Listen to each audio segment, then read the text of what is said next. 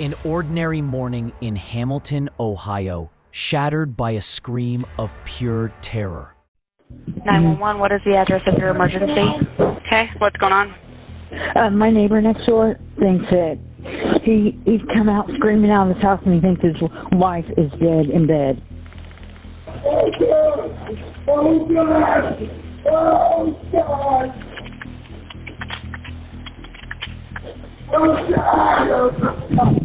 Police were already racing to the scene, but nothing could prepare them for the truth waiting inside that small house on Parrish Avenue. Something along that lines. She said, there's life squad, there's fire department, there's detectives, there's police. I said, oh my God, what's happened? Officer Katie Johnson was the first through the door of 1270 Parrish Avenue. The house, owned by Rachel's sister, was a chaotic mess of renovation. Tools, cabinets, and the debris of a life interrupted. And there, in the front room beside a fallen cabinet just below the window, lay Rachel Brusk's lifeless, murdered body. The savagery was immediate.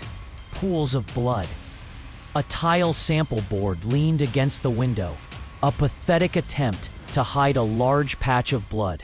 Outside, Rachel's partner of over 20 years, Toby Madden, was hysterical, being calmed by other officers. He claimed he'd woken up to find her and that 3 mysterious men had been in the house earlier. But the evidence on his own body began to betray him. Blood on his shirt and shoes, fresh scratches on his arms and torso. He was placed in a cruiser and taken to the station, where he would surprisingly lay down on the interview room floor and fall asleep. Detectives turned to the neighbors. Anna was on her front porch that morning, unaware the scream she heard was a death knell. After the murder. So you get up at 9:40 this morning Yes. to make your coffee. Yeah, fooled around, Fooled around a little did bit. blood sugar. It was probably 10:30 when I went outside. And when you say you go outside, you went on your front On the front porch, yes. And you're okay. Yes. And I was sitting there flipping through the phone, my messages and phone messages and everything, and all of a sudden I heard, now I'm going to do it so they don't come in here busting in here. That's all right. Yeah. Something along that lines. It was a woman's, it wasn't a man's holler. Yeah.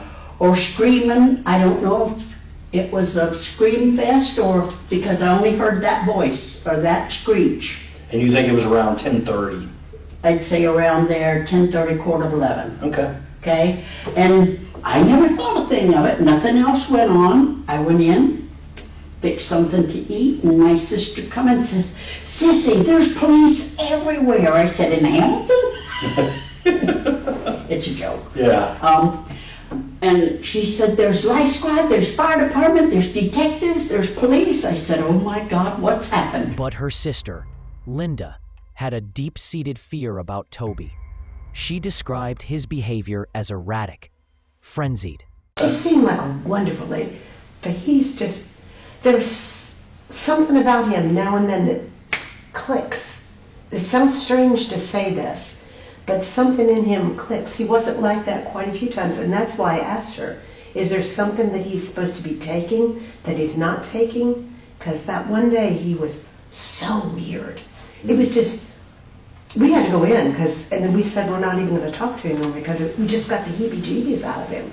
Like, was there something that he was doing that caused that? Like or? psycho, like a psycho.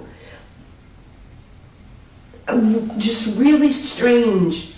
I guess trying to describe it, if you could, to me to understand, like it's his Like he was behavior. in a frenzy, Okay. a real deep frenzy. He's like yelling and screaming. Well, somebody had broken into his car Okay.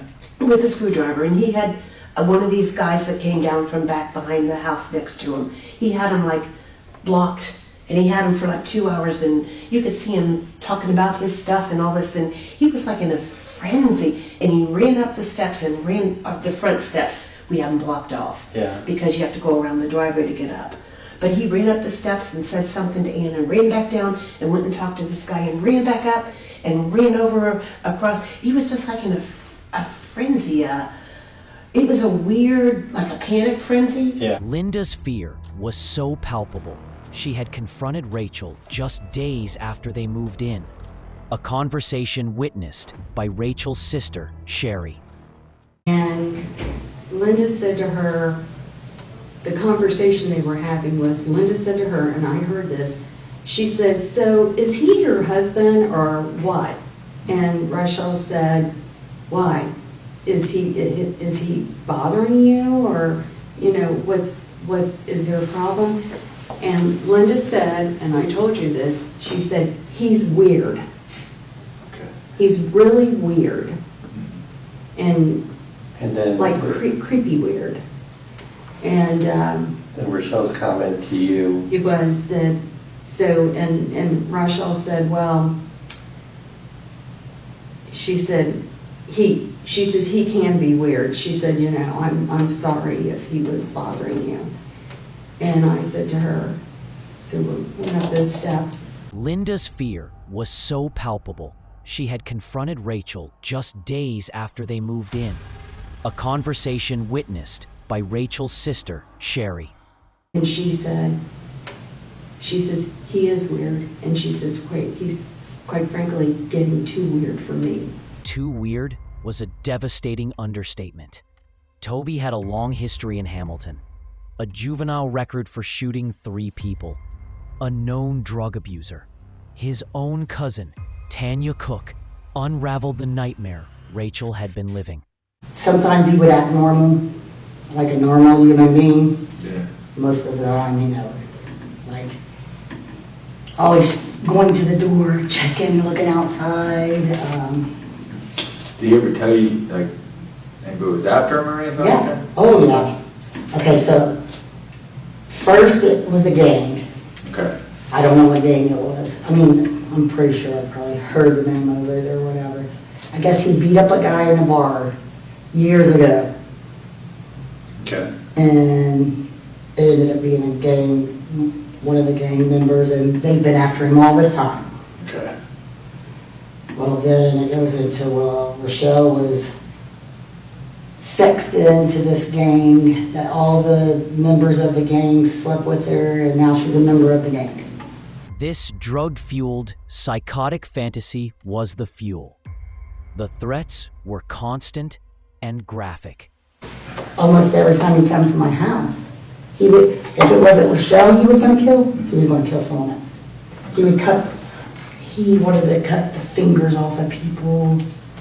I had a cigar cutter laying on the table, and I don't even know where it come from. I buy junk all the time.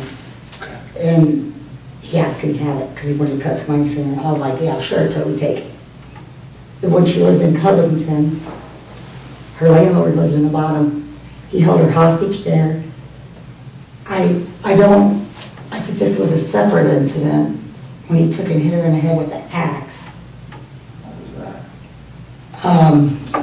When they lived in Covington and in the lake. I think that's when she realized that he may just try to really kill her. The final, heartbreaking portrait came from their 24-year-old daughter, Michaela. She had few kind words for the man she called her father. Yeah, well, he didn't really live there. Right. He brought his junk that he likes to call that he can make money off of. Never wanted to get a job. Okay. I mean, has he been that way like your whole life? No. Or no? you know? I mean, he's always been abusive, alcoholic, drug user. Yeah. On you or your mom? Both. Okay. Both. I've seen it a lot. Like growing up. Sorry, let me just put this in here. I'm feeling heavy. At trial, Toby's mask fell completely. He was disruptive, yelling at the judge and jury until he had to be physically removed from the presence of his own attorney. The sentence, 15 years to life, plus 10 years as a repeat violent offender. No parole for 25 years. Rachel Brusk's kindness was her legacy, but also the trap that kept her in a cage with a monster until her last brutal breath.